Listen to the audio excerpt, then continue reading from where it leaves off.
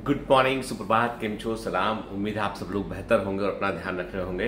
मुझे मालूम है बेटा कि आज जैसे 3 तारीख है आज, तो बच्चे जो है बहुत, आज वेडनेसडे है, फिर कल थर्सडे है, फ्राइडे, सैटरडे और संडे, ठीक है।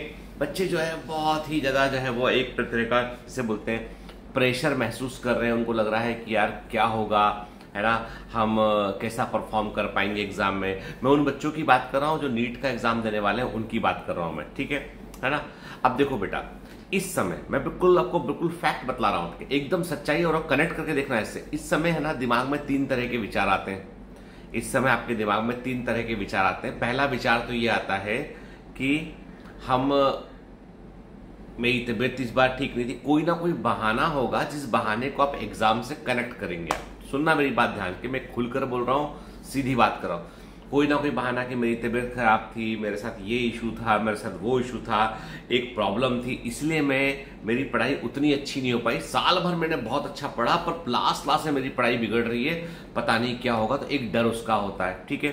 तो मैं कह दूं आपसे कि यदि आपके मन में ऐसी कोई बात चल रही है कि मेरी तबीयत के कारण, मेरे कोई पर्सनल कारण के कारण एग्जाम में फर्क पड़ेगा, तो बेटा इस बात को भी दिमाग से निकाल दो, क्योंकि ये जो चीज है ना, ये आपके दिमाग को एक रास्ता प्रोवाइड करती है एग्जाम से भागने का, है ना। ये आपकी असफलता के लिए, आपकी जो है फेलियर के लिए एक रोड, सड़क को तैयार करती है चीज, ठीक है।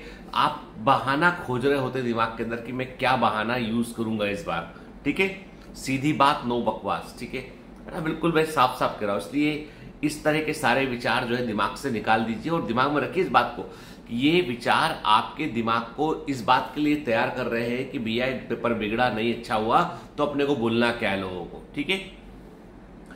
जो बोलना है बाद में बात की देखी जाएगी। अभी लेके अभी से भूमिका तैयार मत करो, क्योंकि दिमाग अपने आप को, ब्रेन बहुत पावरफुल मशीन है, वो अपने आप को ट्यून अप कर लेगा उस चीज के लिए, ठीक है। ऐसा मत करो। मैं हमेशा कहता हूं, behave like a machine, think like a machine. कि एक टास्क तुमको दिया गया, टास्क पूरा करना है तुमको, पढ़ना है मतलब पढ़ना है, ठीक है। दूसरा विचार क्या आता है? दूसरा आता है कि आप पढ़ रहे हैं, मेहनत कर रहे हैं, लेकिन आपको लगता है कि एग्जाम के लास्ट मिनट में मैं भूल जाऊंगा, ठीक है। याद रखना, ऐसा सोचोगे ना तो एग्जाम के दौरान क्या होगा बेटा, एग्जाम के दौरान तुम टाइम मैनेजमेंट में दिक्कत करोगे। एग्जाम के दौरान तुम घबराया फील करोगे।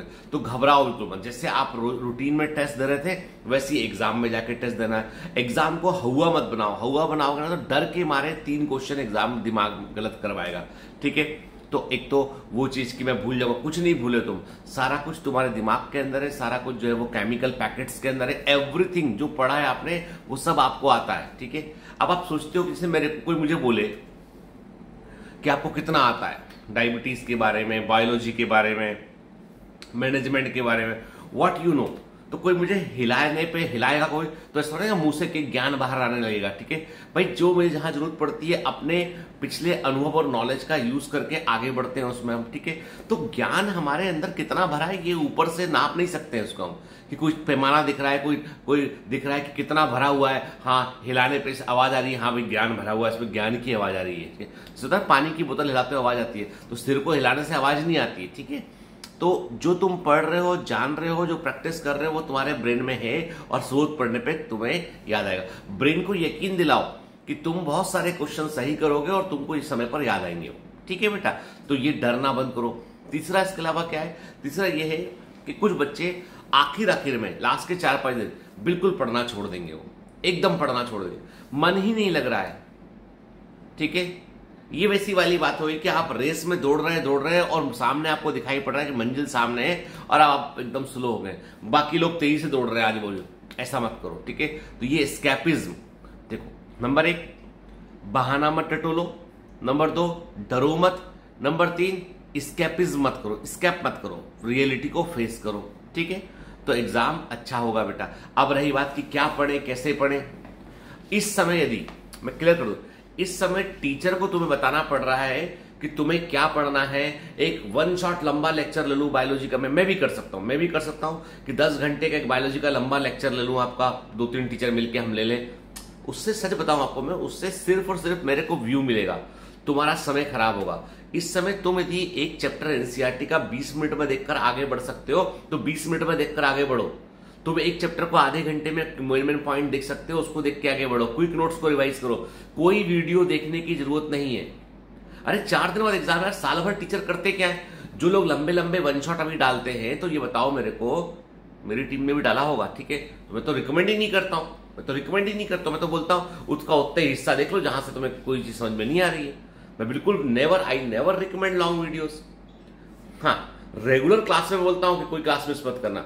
जब मैं साल भर तुम्हारे साथ मेहनत कर रहा हूं, तो लास्ट मिनट पर, आखिरी मिनट पर तुमको मैं बोलूं कि 10 घंटे का वीडियो देखो, तो मैं मूर्ख हूं भाई। मैं 10 ही घंटा को नहीं पहले पढ़ा दिया। तो पॉइंट ये है कि बेटा देखो, और ऐसा कोई सोच रहा है ना कि 15 दिन पढ़ूंगा, वन शॉट पढ़ूंगा और सिलेक्शन हो जाएगा, तो मैं क्या ही बोलूं इस बात को लेके, ठीक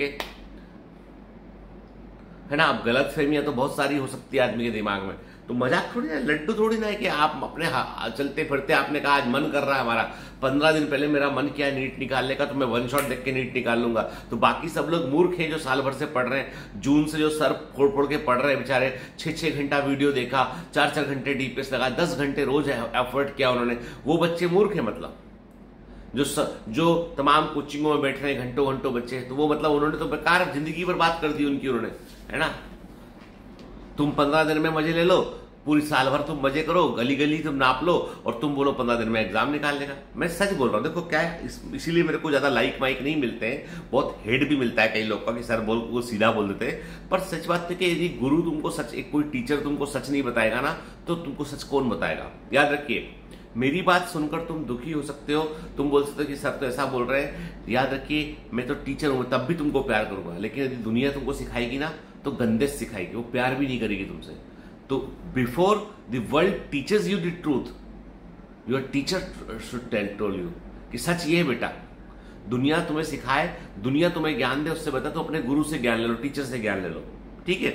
तो इसलिए अभी no fear, no escapism, no बहाना, ठीक है। कोई बहाना मत टटोलो, भागो मत एग्जाम से, और डरना बंद करो, है ना, ठीक है। लंबे लंबे वन शॉट, मैं कह रहा हूं आपसे कि आप 11th का एनसीईआरटी लीजिए, बायोलॉजी का 5-7 घंटे, यदि आप 6 घंटा आप लगा दें, पूरा रिवाइज कर डालेंगे। 6 घंटे में 12th का कर डालेंगे। फिजिक्स केमिस्ट्री के इंपॉर्टेंट फॉर्मूले टाइप देखो, हर चैप्टर से 5-5 इंपॉर्टेंट क्वेश्चन जो बार बार रिपीट होते हैं उनको देखो। केमिस्ट्री में जो है वो जो याद रखने वाली चीजें, इनऑर्गेनिक केमिस्ट्री 3 घंटा उन्हें याद करो। टाइम को बांटो अभी, ये भी मत करो कि 24 घंटा पढ़ रहे हैं, एग्जाम के ठीक 4 दिन पहले 24 ही घंटा पढ़ रहे हैं, सोना बंद कर दिया। सोना सब 3 घंटा सो, तो एग्जाम में सारी नींद आ जाएगी। मैं कह रहा हूं आपसे, दिमाग को शन मत करो, दिमाग को जो है क्लोज मत करो। तो अभी 6 घंटा 7 घंटा सोना नॉर्मल, बिल्कुल सोना ही है आपको। ब्रेन रिफ्रेश रहेगा तो एग्जाम में अच्छा करोगे तुम, ठीक है। अब मुद्दा इतना सा है बेटा कि the examination is not about knowledge, the examination is not only about knowledge. Examination केवल नॉलेज के लिए नहीं होता, examination is all about your psychology, your knowledge and your time management. मेरी बात बहुत ध्यान सुना।